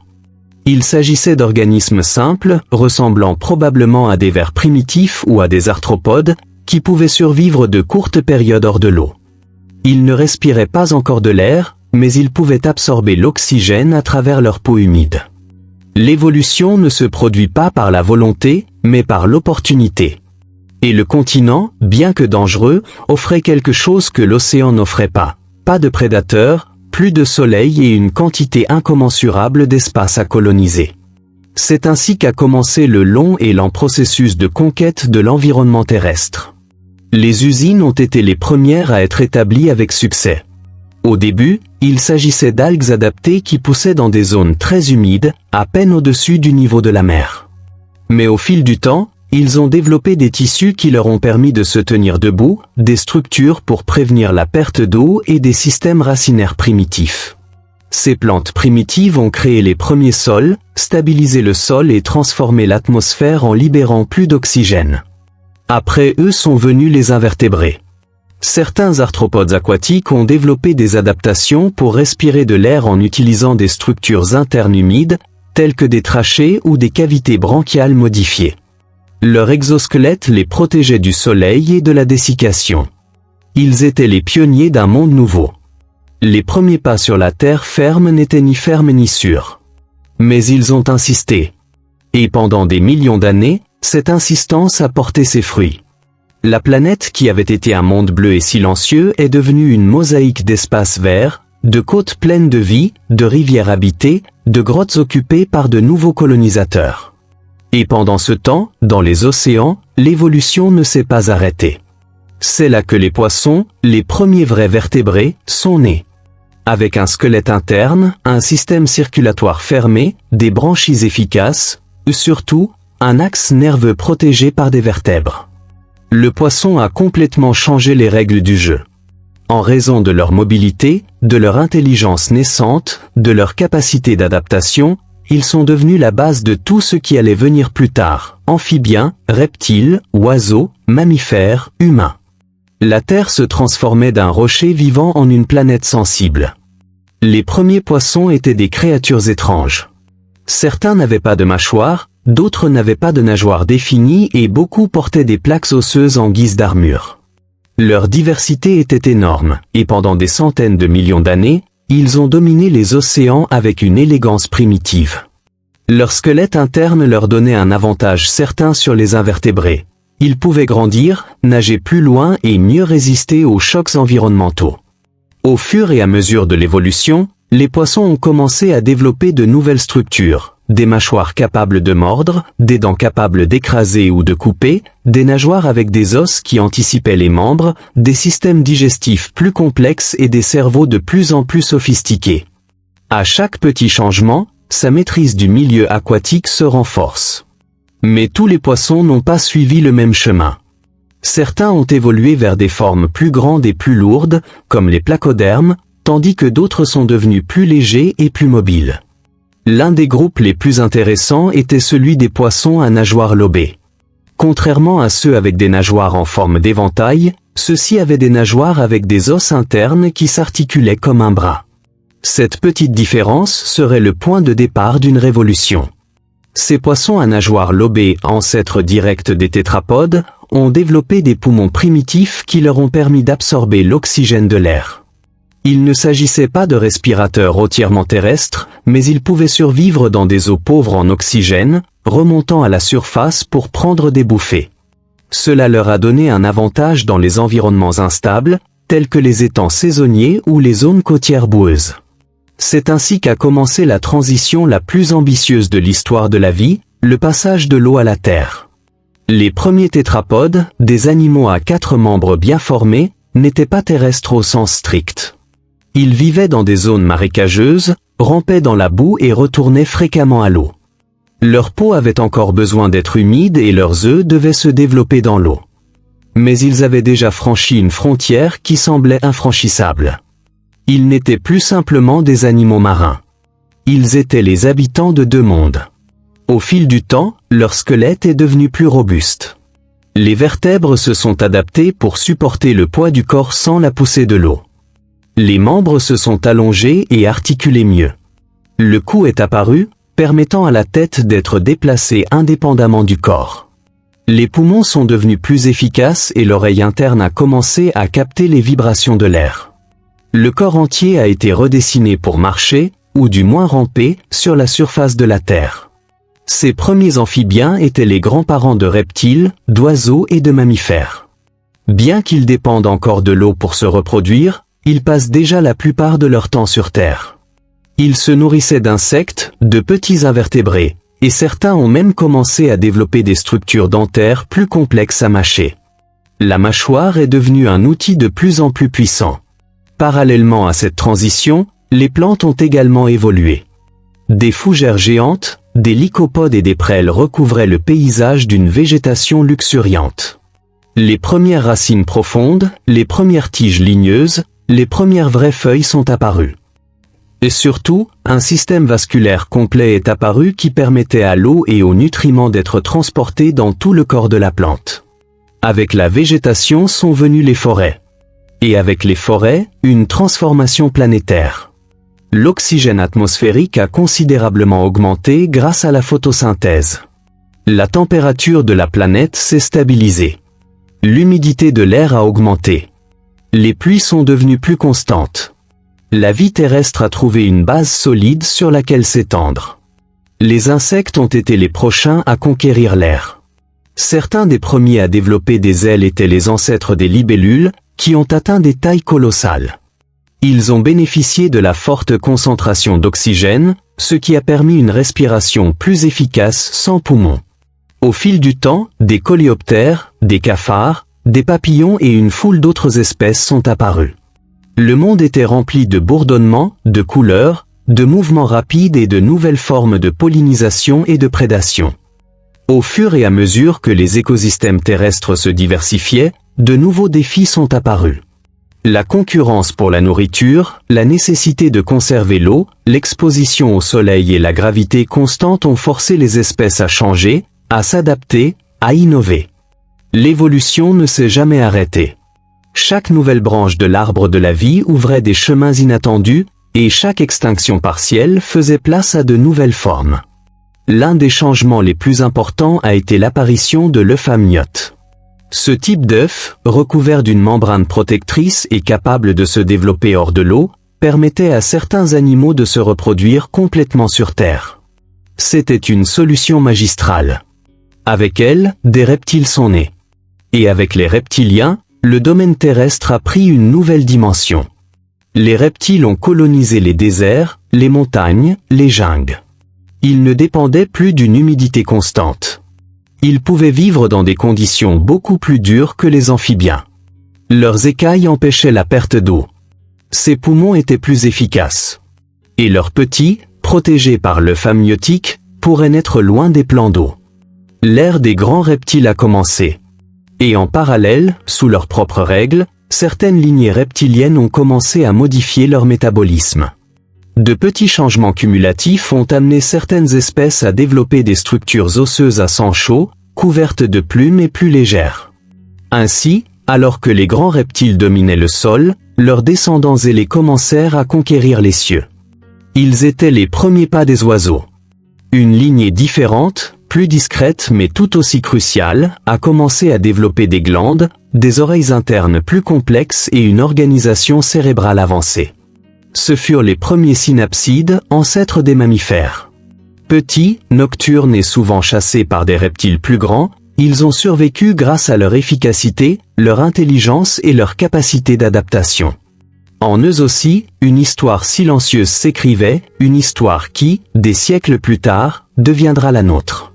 L'histoire de la vie sur Terre a pris un tournant colossal avec l'apparition des dinosaures. Ces reptiles, qui ont émergé il y a environ 230 millions d'années, ont inauguré une nouvelle ère de domination biologique. Ils n'étaient pas les premiers grands reptiles, mais ce sont eux qui ont réussi à conquérir la planète avec une combinaison explosive d'adaptation, de variété et de résistance. Pendant des millions d'années, la Terre a été unifiée en un seul supercontinent, la Pangée. Ce gigantesque bloc de terre, entouré d'un seul océan, offrait de vastes plaines, d'immenses déserts et des chaînes de montagnes colossales. C'était un monde dur, où les saisons étaient extrêmes et les environnements imprévisibles. Mais au milieu de ces conditions, les dinosaures se sont développés et ont évolué avec une force imparable. Certains se sont adaptés à la marche sur 2 jambes, d'autres sont restés sur 4. Certains ont atteint des tailles colossales, comme les sauropodes, qui pouvaient dépasser une trentaine de mètres de long. D'autres, comme les vélociraptors, sont devenus petits, rapides et mortels. Certains sont devenus herbivores, avec des mâchoires conçues pour couper les plantes fibreuses. D'autres sont devenus des prédateurs avec des dents acérées, des griffes incurvées et des sens aiguisés. Chaque nouvel écosystème, forêt, côte, marécage créait des opportunités pour de nouvelles lignées. Les dinosaures se sont diversifiés de manière impensable. Certains ont développé des cornes, des plaques osseuses, des crêtes, des épines ou même des structures qui deviendraient plus tard des plumes. La Terre est devenue un défilé de créatures titanesques, chacune conçue pour survivre dans sa propre niche. Le climat, pendant cette période, était chaud sur presque toute la surface de la planète. Il n'y avait pas de calotte polaire comme aujourd'hui. Les jungles couvraient d'immenses étendues. Les mers intérieures traversaient les continents. Les rivières et les lacs abritaient une biodiversité riche en poissons, amphibiens, invertébrés et reptiles aquatiques. C'était un monde luxuriant, avec presque aucune limite pour l'expansion biologique. Et dans l'ombre, alors que les géants rugissaient au soleil, de petits mammifères commençaient à écrire une histoire parallèle. Descendants des synapsides, ces animaux étaient discrets, nocturnes, poilus et avaient des cerveaux plus développés. Ils n'ont pas concurrencé directement les dinosaures. Sa stratégie était différente, se spécialiser dans la nuit, dans la furtivité, dans les détails. Ils ont développé des sens plus fins, tels que l'oreille interne à 3 osselets, une peau sensible au toucher et une mâchoire plus efficace. Leur fourrure les a aidés à conserver la chaleur, ce qui leur a permis de maintenir une température corporelle plus stable. Cette capacité endothermique, la production interne de chaleur, était l'une de leurs grandes armes évolutives. Alors que les reptiles dépendaient du soleil, les mammifères pouvaient rester actifs pendant les heures les plus froides. Dans le même temps, les plantes changeaient également. Les angiospermes ont émergé, des plantes à fleurs et à fruits. Cette innovation a complètement transformé l'écologie de la Terre. Les fleurs attiraient les insectes pollinisateurs, les fruits offraient de la nourriture à de nouveaux animaux et les graines encapsulées permettaient à ces plantes de se développer dans des territoires plus variés. Les forêts ont prospéré comme jamais auparavant, et avec elles, la vie est devenue encore plus interdépendante. La relation entre les plantes, les insectes, les reptiles, les oiseaux et les mammifères est devenue un réseau de plus en plus complexe. L'évolution n'a plus seulement opéré sur des espèces isolées, mais sur des communautés entières. Chaque changement chez une plante pourrait provoquer l'apparition d'un nouveau pollinisateur. Chaque nouveau prédateur pouvait générer une vague d'adaptation défensive chez ses proies. C'était un système dynamique, en ajustement constant. Et ainsi des dizaines de millions d'années ont passé. La Terre a changé de forme. La Pangée s'est fracturée en continents plus petits. Les océans ont été redessinés. De nouvelles chaînes de montagnes sont apparues. La salinité des mers a changé. Les régimes de précipitation ont varié. Les espèces se sont isolées les unes des autres, ce qui a encore accéléré la spéciation. Chaque continent est devenu un laboratoire évolutif distinct. Pendant tout ce temps, les dinosaures ont continué à régner. Certains ont développé des comportements sociaux complexes, comme s'occuper de leurs petits ou vivre en meute. D'autres perfectionnaient leur corps pour la chasse. Et parmi eux, dans une lignée spéciale de petits dinosaures à plumes, les premiers oiseaux ont émergé. Ce n'était pas un saut, mais un processus. Des écailles aux plumes. De la course à pied au vol à voile. Du vol à voile au vol. Les oiseaux, filles directes des dinosaures, ont appris à conquérir le ciel.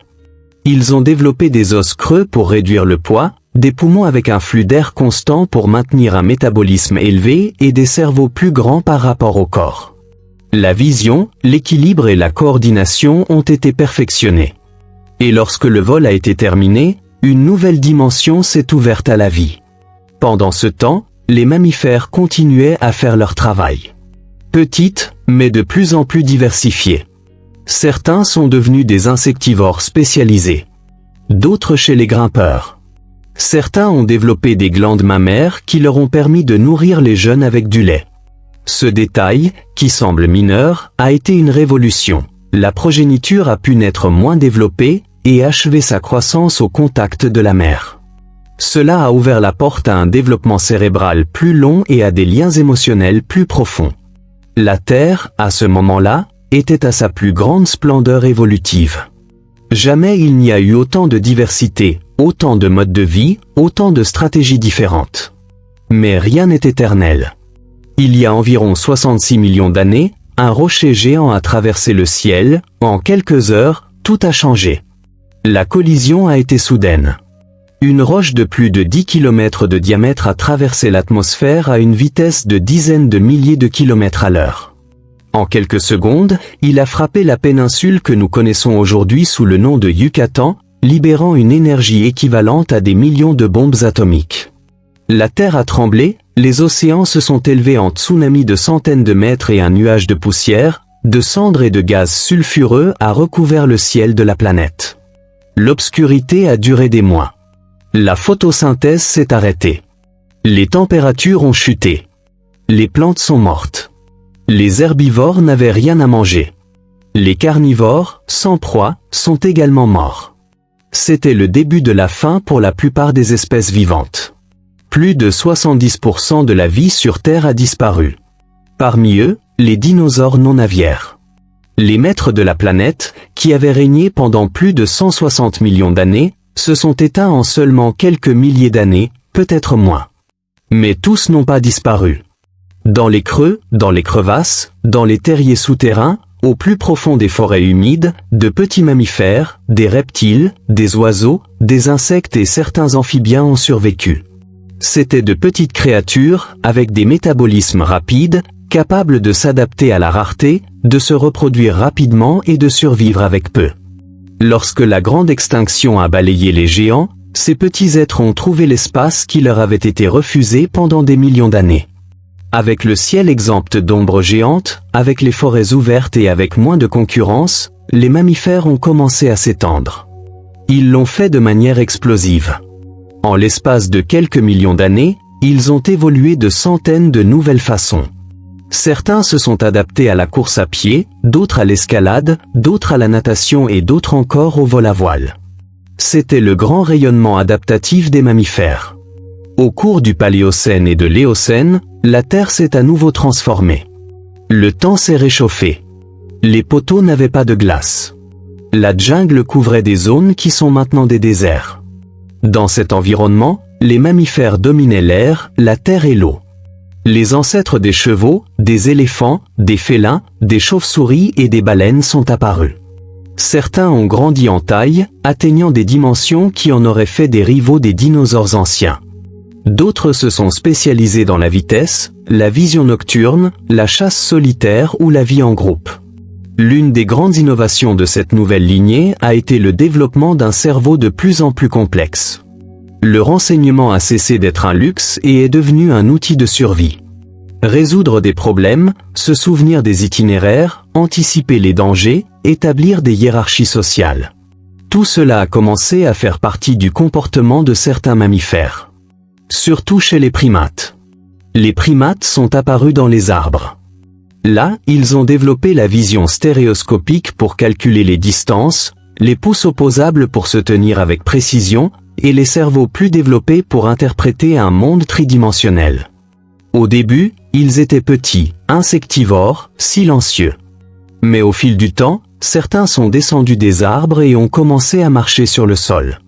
C'était le début d'une transformation radicale. Dans les savanes africaines, la pression environnementale a forcé certains primates à s'adapter à un terrain ouvert, chaud et rempli de prédateurs. Marcher debout offrait un avantage. Cela libérait les mains pour porter, manipuler et construire. Cela vous permettait également de voir plus loin et d'éviter la chaleur directe du sol. Petit à petit, la posture bipède est devenue la norme. Dans le même temps, le cerveau de ces hominidés a continué à se développer. Le régime alimentaire a changé. Plus de viande, plus de graisse, plus de protéines ont été incorporées. Cela a permis une expansion neuronale sans précédent. Les mains, libres d'agir, sont devenues des outils. Et puis, dans les entreprises de construction d'outils. C'est ainsi qu'apparut un langage rudimentaire. Les premières sociétés se sont formées. Le feu a été domestiqué. Les pierres ont été sculptées. Et quelque part, parmi les branches des arbres et la savane, un nouvel être a émergé. Un animal qui non seulement a survécu, mais qui a aussi posé des questions. Homo habilis. Puis Homo erectus. Plus tard, Homo neanderthalensis. Et enfin, l'Homo sapiens. Le reste appartient à l'histoire.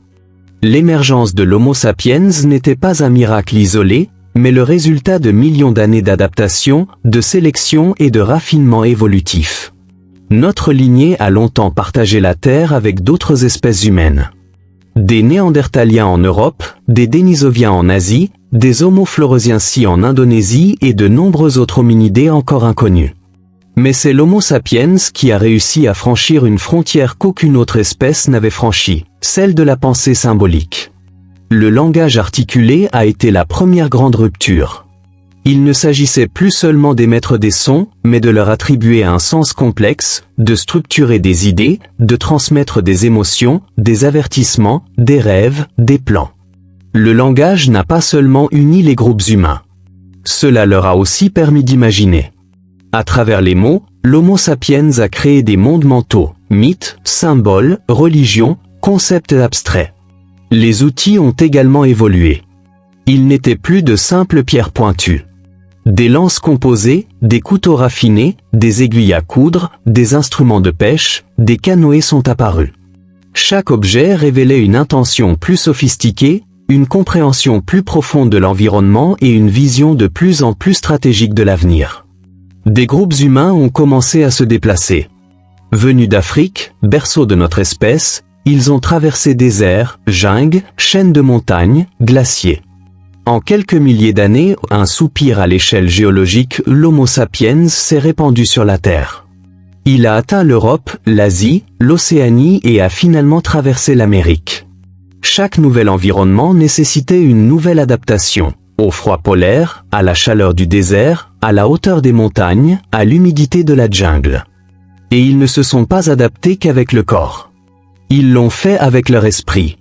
Ils ont développé des vêtements, des logements, des feux portables, des pièges, des calendriers naturels, des rituels.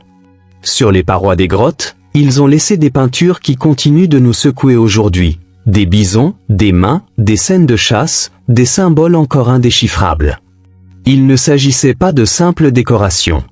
C'étaient les témoignages d'un esprit qui ne se contentait plus de vivre, mais qui se souvenait, désirait, imaginait. L'agriculture a tout transformé. Le passage de la cueillette à la culture a permis la sédentarisation. Des villages ont surgi, puis des villes. Avec eux, l'écriture, le commerce, la politique, la guerre. La Terre, qui pendant des milliards d'années a été façonnée par des plaques tectoniques, des volcans et des météorites, commençait à être altérée par une nouvelle force, la volonté humaine. Mais malgré toutes nos avancées, nos villes, nos machines, nos réseaux numériques, nous sommes toujours des enfants de cette ancienne planète. Nos os conservent encore la forme de ces premiers vertébrés qui ont émergé de la mer. Notre peau se souvient de l'époque où nous vivions à l'extérieur. Notre rêve, nos réflexes, nos peurs, tout cela est écrit dans une biologie vieille de plusieurs milliards d'années. Nous vivons dans des gratte-ciel, mais nous rêvons de rivières. Nous avons pris l'avion, mais nous avons continué à chercher le soleil à l'aube. Nous avons conquis l'espace, mais dans notre ADN, il y a encore l'écho de cette terre primitive, bleue et silencieuse, où tout a commencé. Et peu importe jusqu'où nous allons, nous sommes le résultat d'un voyage profond, lent, parfois violent, parfois beau qui a commencé il y a plus d'1 milliard d'années, lorsqu'une cellule a décidé de ne pas être seule. L'histoire de la Terre n'est pas seulement une succession d'événements géologiques, climatiques et biologiques. C'est une symphonie qui ne s'est jamais arrêtée. Un courant silencieux qui a façonné la roche, l'océan et la cellule jusqu'à ce qu'ils vous atteignent.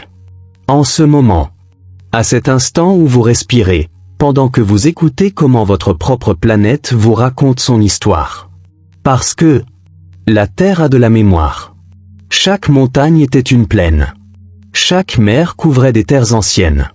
Chaque pierre sur laquelle vous marchez aujourd'hui n'était que de la lave en fusion, ou des sédiments piégés dans un océan disparu.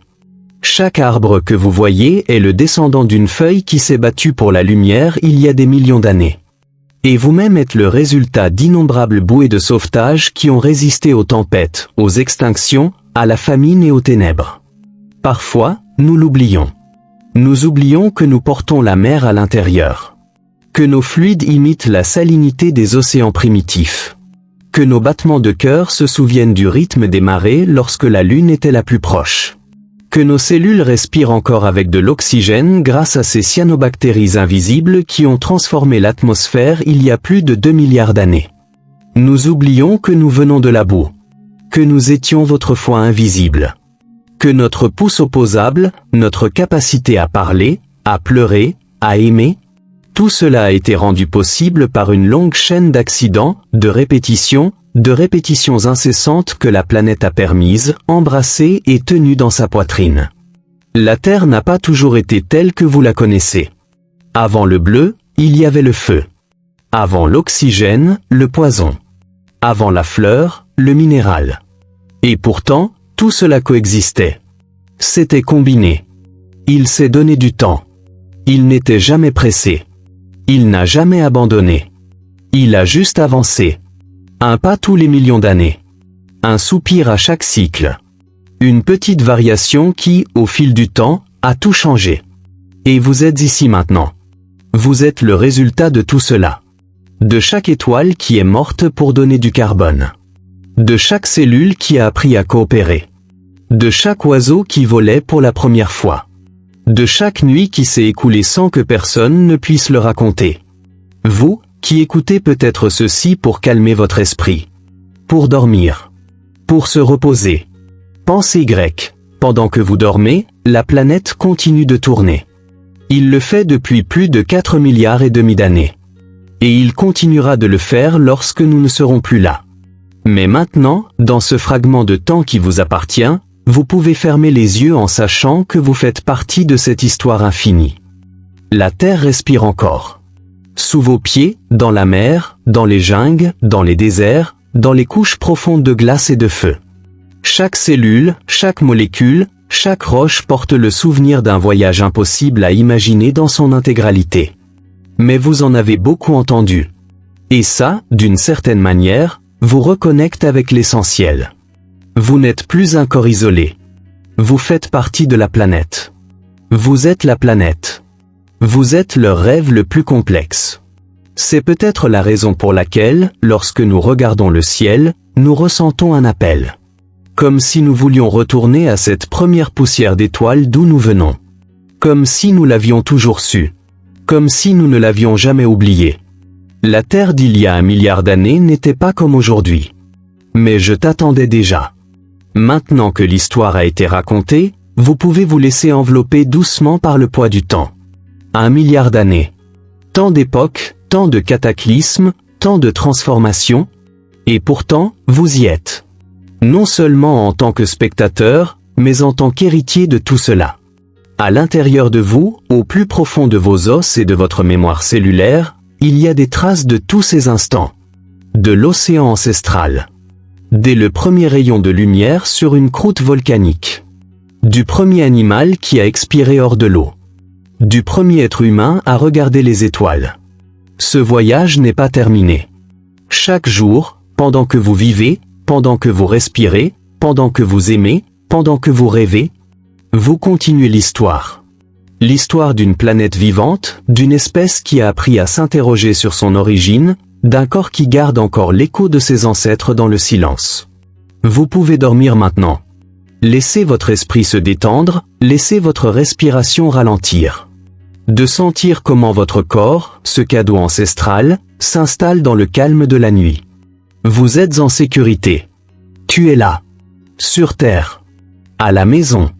Et lorsque vous vous réveillez, que ce soit avec la certitude que vous faites partie de quelque chose d'immense, de profond et de beau. Que chaque pas que vous faites, chaque pensée, chaque geste de tendresse ou de compassion, est aussi une façon d'honorer tout ce qui vous a précédé. Merci de vous joindre à nous dans cette aventure. Si cette histoire vous a accompagné, si elle vous a aidé à dormir, si elle vous a fait rêver, nous vous invitons à vous abonner à cette chaîne. Vous trouverez ici d'autres documentaires comme celui-ci, doux, immersifs, pleins de science, d'histoire, d'émerveillement et d'humanité. Parce que nous comprenons que se reposer, c'est aussi apprendre, et que rêver n'est pas en contradiction avec le fait de se rappeler qui nous sommes. Bonne nuit. Et jusqu'au prochain voyage.